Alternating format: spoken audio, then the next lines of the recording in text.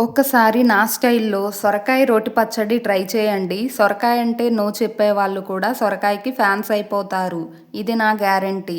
ముందుగా పాన్‌లో నూనె వేసి అరకప్పు పల్లీలు, 10 పచ్చిమిర్చి వేయించి పక్కన పెట్టుకోవాలి. తర్వాత అదే పాన్‌లో 1 కప్పు టమాటా ముక్కలు, 2 కప్పుల సొరకాయ ముక్కలు వేసి సొరకాయలో నీరంతా పోయి నూనె పైకి తేలేంత వరకు మగ్గించుకోవాలి.